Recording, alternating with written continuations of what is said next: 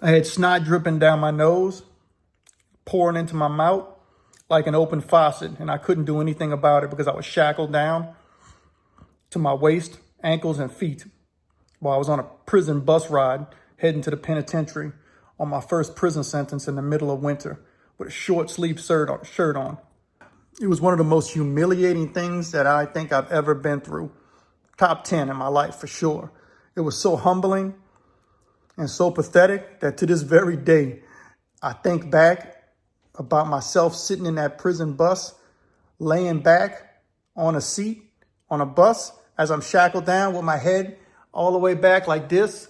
I had my head back like this because I was trying to let the snot, instead of leaking to my mouth, down my chin, down my shirt, and all the way down to the bottom of my pants, which had been doing for hours at that time. I was trying to let it leak back into my head.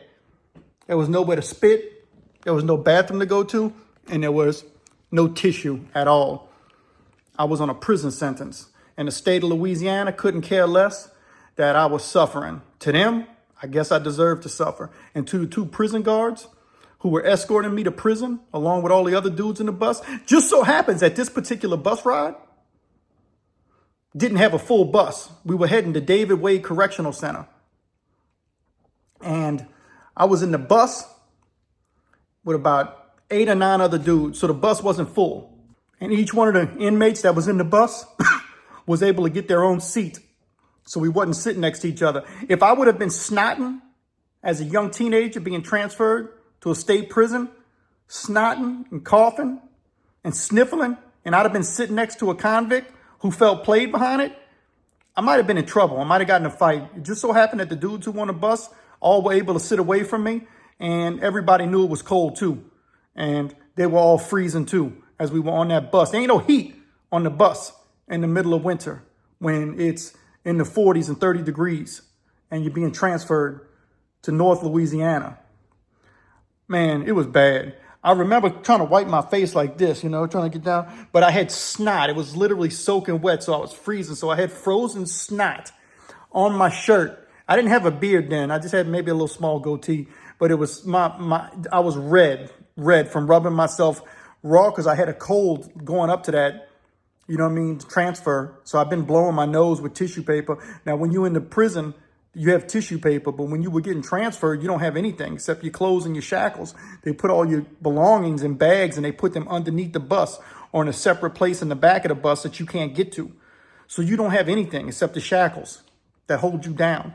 And the way the shackles were, these wasn't like handcuffs you could lift to your nose. You're shackled to your waist, and then your waist is shackled to your feet. Another chain goes from your waist, your arms and your waist, which you can only lift your arms. You got to pull your head down. You can barely scratch your nose like this. And the shackle's like this right here. And you kind of scratch your nose like this. And that's the most you can do, And so it goes all the way down to your feet. And so you could just, sit down and really do nothing. And man, I could not stop my nose from leaking. And I was just swallowing snot the entire time. And this was a long bus ride. I think it was like 5 or 6 hour bus ride or more. And I drove the whole time, man, just unbearable, unimaginable torture to me as a 19-year-old. And I wasn't complaining about it in my mind. I'm like, dang, man, I put myself in this position. I'm in jail. These people don't care nothing about me. And the officers, I asked them for some tissue. Like, we got to wait till we get to the jail. Hold it in, So I held my snot as much as I could, which was very little. Basically, I just let it pour all over me, the entire bus ride. Man, my head was hurting, freaking pounding, you know what I mean? Boom, boom, boom. You know the feeling when you're sick and it feels like your whole body's just thumping, you know what I mean? Like a rabbit kicking again. It's almost like you got a bunch of about 10 or 15 rabbits inside your head and they just kicking the side of your brain. Them rabbit feet, pow, pow, pow, pow, pow. Got a double set of rabbit feet all the way around your head. Pow, pow, pow. And I was in pain. And what made me think about that today, I've been sick, I went out working last night and I just got, it hit me. And then this morning, all night long, I had the the little tissue paper shoved in my nose and you keep switching side, back, forth, so the snot will roll down one way when you're trying to sleep, you know what I mean? And I was thinking, as bad as it was last night, I still had access to Theraflu, NyQuil, Vicks Vapor Rub, tissue paper.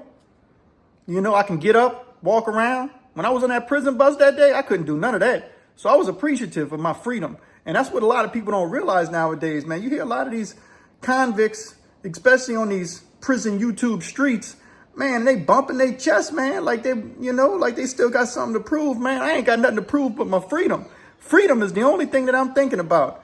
And I want to keep that, I can wipe my nose. I can get medicine. I can go to Walmart pharmacy and get what I need. I can come downstairs and watch TV. I can make a cup of tea with some honey in it. You couldn't do that on no bus ride when you snotting and sniffling and suffering and got a mouth full of snot, gurgling and spitting out like you chewing on some okra water. You know what I mean? That's what it was. You ever had okra water? A thick okra water? That's what was in my mouth, except it was snot. It wasn't no okra water's good for you. I don't know if you could eat your snot, but that's how sick I was on that prison bus, driving with them shackles all the way, holding me down, soaking wet, freezing. I was shivering. I got to the prison, they gave me some medicine. You know what they give you in prison?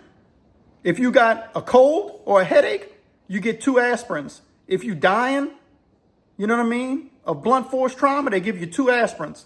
Tell you lay down, get some rest. So I got a couple of aspirins.